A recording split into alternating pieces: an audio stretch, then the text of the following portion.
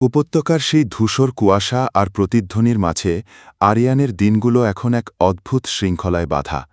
সকালের প্রথম আলো যখন পাহাড়ের খাঁজে আটকে থাকা মেঘগুলোকে স্পর্শ করে, আরিয়ান তখন ইগনিসকে নিয়ে উপত্যকার খোলা প্রান্তরে বেরিয়ে পড়ে। এখানে কোনো যুদ্ধ নেই, কোনো চিৎকার নেই, আছে কেবল পাথর আর বাতাসের মেতালি। সাইলেন্ট ভ্যালির আবহাওয়া আরিয়ানকে শিখিয়ে দিচ্ছে যে শক্তি মানে কেবল আঘাত করা নয়, শক্তি মানে হল সহ্য করা। প্রতিদিন ভোরে সে একটি 10 কেজি ওজনের পাথর নিয়ে উপত্যকার এক প্রান্ত থেকে অন্য প্রান্তে হেঁটে যায়।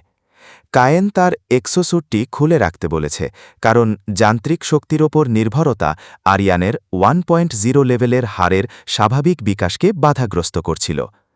দেখো আরিয়ান, কায়েন এক সকালে কফি খেতে খেতে বলল, তোমার হাড় এখন 1.0 লেভেলে আছে। এটি একটি কাঁচা মাটির দেয়ালের মতো। আমরা যদি এখনই এর ওপর 2.0 বা 3.0 লেভেলের চাপ দিই, তবে দেয়ালটি ভেঙে পড়বে। আমাদের কাজ হল রোদে পুড়িয়ে এই মাটিকে ইটে পরিণত করা। এই শান্ত উপত্যকা হল সেই রোদ। অরিয়ান ঘাম মুছতে মুছতে মাথা নাড়ল। সে অনুভব করল স্যুট ছাড়া তার শরীর কতটা হালকা, অথচ মাধ্যাকর্ষণের টান কতটা বাস্তব। ইগনিস তার 18 ইঞ্চির শরীর নিয়ে আরিয়ানের চারপাশ দিয়ে গোল হয়ে ঘুরছে। ইগনিসও এখন আর তার জাদুকরী স্কিলগুলো ব্যবহার করছে না। সে স্রেফ একজন শিকারীর মতো নিঃশব্দে চলাফেরা করা শিখছে। মীরা উপত্যকার এক কোণে একটি ছোট ভেষজ বাগান তৈরি করেছে। আরিয়ান, এই বন্য লতাগুলো খাওয়ানো শুরু করো। এগুলো তার ডার্ক মেটাবলিজমকে শান্ত রাখবে। বিবর্তনের ফলে তার শরীরে যে তাপ উৎপন্ন হয় তা দীর্ঘমেয়াদে তার ক্ষতি করতে পারে। বিকেলে আরিয়ান যখন ক্লান্ত হয়ে গাছের নিচে বসে, ইগনিস তার পায়ের কাছে এসে কুণ্ডলি পাকিয়ে শয়। আরিয়ান ইগনিসের নরম পশমে হাত বুলিয়ে দেয়। সে লক্ষ্য করল ইগনিসের গায়ের সেই রূপালী রেখাগুলো এখন আগের চেয়ে অনেক বেশি স্পষ্ট। সে আর আগের মতো হুটহাট রেগে যায় না। তার চোখের নীল আভা এখন অনেক বেশি গভীর এবং স্থির। আমরা কতদিন এখানে থাকব মীরা? আরিয়ান এক সন্ধ্যায় জিজ্ঞেস করল। যতদিন না তোমার 1.0 লেভেল তোমার শরীরের প্রতিটি কোষে মিশে যাচ্ছে, মীরা শান্ত স্বরে উত্তর দিল।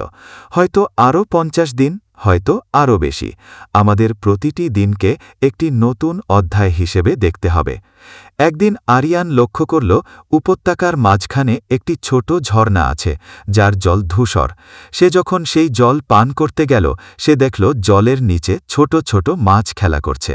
মাছগুলো খুব ধীর গতির, কিন্তু তাদের গায়ের আঁশগুলো হীরের মতো শক্ত। আরিয়ান বুঝল, এই উপত্যকার প্রতিটি জীবই ধীর গতিতে এবং শক্তিশালী। এটাই প্রকৃতির শিক্ষা।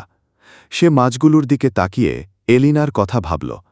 এলিনা হয়তো এখন একাডেমির সেই বিলাসবহুল কারাগারে বন্দী, কিন্তু তার মন কি শান্ত আছে? 47টি রক্তিম চাঁদ পার হয়েছে।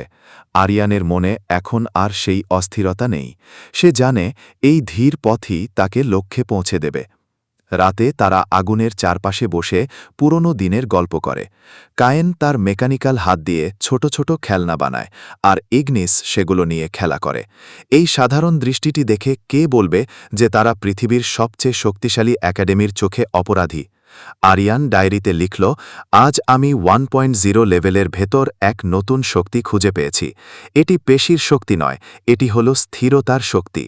ইগনিস আজ আমাকে এক অদ্ভুত কায়দায় তাকিয়ে দেখছিল, যেন সে বলতে চাইছে, মাস্টার, আমরা এখন শিকড় গাড়ছি।